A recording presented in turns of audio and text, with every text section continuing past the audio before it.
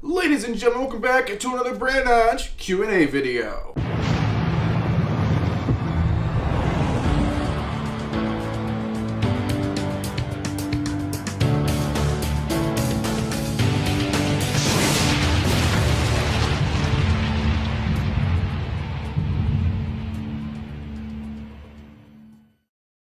Ladies and gentlemen, welcome back to another video, brand new, welcome back to another Q&A video. So enough time wasted, let's go ahead and jump into the first question. So the first question is, Brandon, will you ever bring back the juicy rumors kind of thing that you used to do in the news show? So I've kind of separated the shows into two different things because I called the show WWE News. Like, ladies and gentlemen, welcome to WWE News, right? I called it that, but yet most of the show was a rumor show, and I'm like, okay, we've got to restructure everything. And so then I started the rumor show, right? I'm at the desk, I'm at the green screen, it looks pretty cool, looks like a professional setup. And I don't necessarily know if that's what YouTube wants. I don't know if that's necessarily what you guys want. So I've been experimenting a little bit to see what you guys want more. Actually this past week I brought back WWE News, but I made it strictly news. And then I have the rumor show that strictly does rumors. But a few of you said that actually you preferred if it was both in the same thing. So it was just news and rumors, and I do juicy rumors kind of thing. Now, this is a Q&A, so I do have to answer the question, will I ever bring that back? If that's what you guys want, it will be back, I don't know, tomorrow. It'll be back if that's what you guys want. I want to keep you guys happy, keep you guys satisfied, and unlike the WWE, I actually listen to my audience, and that's the line I always like to use. But if people want it, I will bring it back. Okay, the next question is, Brandon, what is the greatest WWE memory you remember being at? So, what's your greatest memory from a show you went to, or a trip you've been on, or anything like that? So, greatest memory from a show or anything, I mean, obviously, when you're younger and you're just like, it's like your first show, you're on fire, and you have like the greatest memories. I don't know, I'd probably go with the first show ever. The first show ever was just, you know, everyone's first WWE show. Everyone remembers it because it was special. It's nothing they've experienced before, and this is starting to sound like something else. But like you go into the arena, and you're just like, you're like, I don't know. It feels like you're inside of the TV because you're like watching this on TV for so long, and you finally go to a show, and you're like, I'm in the TV right now. This is what it's like to be inside of a TV. But yeah, that might be my first show. It would be my greatest memory. First show actually didn't start going to shows until 2012. It was January 2nd, 2012. It was the Raw in 2012 where Jericho returned, had a sparkly jacket. They did like the lead up all in like 2011 all the way up to that. And it just kind of like showed up, like ran around, and then didn't say anything and just kind of disappeared. That was that Raw. I was there. That was my first show. And that one was the greatest memory for me. Okay, the next question is a double question. I don't mind if you guys do double questions. Even do a triple question. I don't care. I'll answer all of it. So this is a two-part question, kind of two questions inside of one. So the first part of the question is, Brandon, what do you think about Charlotte Flair being overrated and the greatest women's wrestler? And the second part of the question is, Brandon, what do you think about John Cena beating Ric Flair's reign? So it's kind of related. They're both Flairs in the questions. Okay, so I'll start off with the first part of the question, which is going to be about Charlotte. So is Charlotte overrated? So obviously she's been pushed to the moon, and a lot of that is to do with her father being Ric Flair. But at the same time, she is a good wrestler. It's not like she's a horrible wrestler that can't wrestle her way out of a wet paper bag or whatever. And she's just like absolutely horrible, and she's getting pushed because she's just related to Ric Flair. It's not that situation. The situation is she's a phenomenal wrestler. She's a great wrestler, one of the best women's wrestlers in the history of WWE already. But she is being pushed to the moon because of her father being Ric Flair. I don't necessarily know if she's the absolute best wrestler ever or anything like that, but she is being booked like that because she is Ric Flair's daughter. My opinion on it, I don't mind Charlotte being like one of the main women inside of WWE, but every time she gets a title opportunity, she just wins the title. I don't think obviously it hasn't been every title match she's ever been in, but most of the title matches she's ever been in, she's won. And it's like, no way, Charlotte's not winning. Charlotte's going to beat. And then she's like, come on, no, Charlotte's not going to win. And then Charlotte wins, and you're like, are you kidding me right now? Like, again? But, you know, I don't know what the deal is if they're just trying to have her, like, beat Ric Flair's record in, like, under, 10 years or something. I don't know.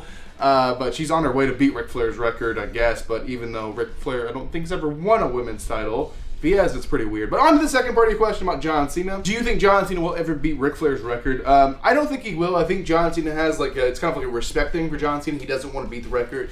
He has tied the record, and that is perfectly fine with him and good with him. He doesn't want to beat it. He doesn't, because Like, you know, he could come back and he could just talk to Vince and be like, I want to win the title. And Vince would be like, okay, John. Like, it would be a fine situation. It would be a very easy thing to do. But John Cena does not want to do that. He does not want to beat the record. So I don't believe he will become a 17-time world champion. But that doesn't mean he'll never come back and win another title. He could still be, I don't know, he could be a tag team champion. Even Cena could be a women's champion, I guess. Or something. But I don't think he's ever going to beat, like, Ric Flair's world title record. That's not happening. He has, like, a mutual respect. And it's going to stay tied. Okay, the next question. Speaking of John Cena, we're talking about John Cena Fan Nation 11. So, obviously, if you guys have been fans of the channel for any like period of time, you know about Cena Fan. You know about John Cena Fan Nation 11. It's he's me from the past, right? So anyway, the question here is, Brandon, how did Cena Fan come about? Like, what the hell? And I can't believe people are still talking about Cena Fan. He hasn't really been on the channel too much. If people want to return to Cena Fan, we can do that. I know a lot of people found him annoying, me included, but a lot of people did find him, I guess, entertaining. I don't know. But he will be in some unboxing videos and stuff here coming up. So if you guys like Cena Fan, he'll be returning. But as for the story behind Cena Fan, this could be a whole video or even a whole series of its own. Basically, just an idea. It isn't me making fun of John Cena fans. It's me making fun of the way I used to be when I was like 12 years old, or the way I used to be in 2011. That's what the 11, John Cena Fan Nation 11 comes from. But I've kind of cut off the 11. Sometimes I just call him Cena Fan. But John Cena Fan Nation 11 was actually my first YouTube name. And that's actually still the URL of the channel. If you go to the channel, like on your desktop computer and look at the little URL up at the top, it says like youtube.com/John Cena Fan Nation 11, I believe. Anyway, the character is just making fun of myself and how I used to be when I was like a little kid and a big, huge Cena fan. Okay, the next question, Brandon, what is your favorite indie wrestler currently on the market, I guess? Okay, the next question, Brandon, what is your favorite current indie wrestler? So, indie wrestler. Now, I don't really want to cut everyone out. I would love to just stand here and mention every single person who is a wonderful indie wrestler. I know there's some indie wrestlers even watching this video now. You guys are doing a wonderful job. You're going to be, you know, where you want to be. Just because you're not right now doesn't mean you're not going to be there. But this is just a personal opinion on an indie wrestler who I think is going to do great things in the next few months. That's going to even end up in like AEW or signed to a major wrestling organization. And the person I'm going to be choosing is Brian Pillman Jr. Brian Pillman Jr. has really caught my eye in the past few months. He's just doing a wonderful job. He has been on AEW, I believe, a few times, but he hasn't been like, you know, full-on brought in, signed, or whatever yet. He's just kind of been tried out and stuff like that. But he does a phenomenal job. I saw him live it was the last vlog here on the channel. I saw him live like a few hours away from my house a few weeks ago.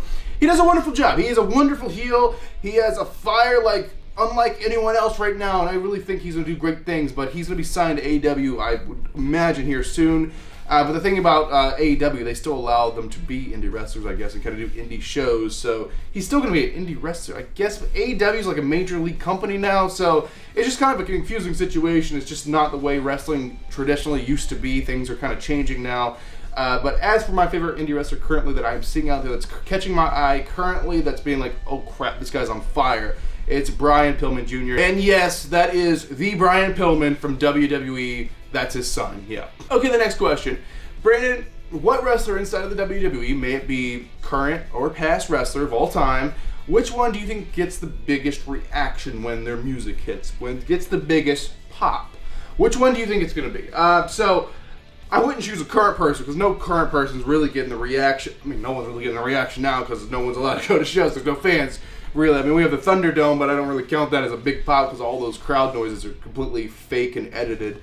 But basically, if I had to think back, I mean, my first instinct to answer the question is The Rock. Like, The Rock has a wonderful thing, but, I mean, yeah, now The Rock has, like, a wonderful pop, but if we're going back to 90s, I don't think anyone could really touch, like, Stone Cold on a crowd reaction. Like, I really don't. When that glass breaks, there's really no one that can touch him. I mean, Hulk Hogan had a wonderful giant reaction too, but I don't know, just that glass break and that huge pop and the crowd roar, I don't think there's anything that can touch that. So for this answer, I'm going with Stone Cold Steve Austin. Okay, ladies and gentlemen, the final question for this Q&A video is going to be, Brandon, what current superstar do you think WWE should push? Which superstar should get a title shot next?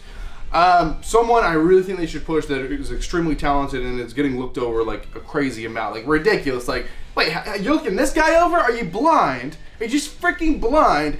The man I'm talking about is Mustafa Ali. I guess they brought back the Mustafa part. They dropped it and just turned it to Ali. I think they brought it back.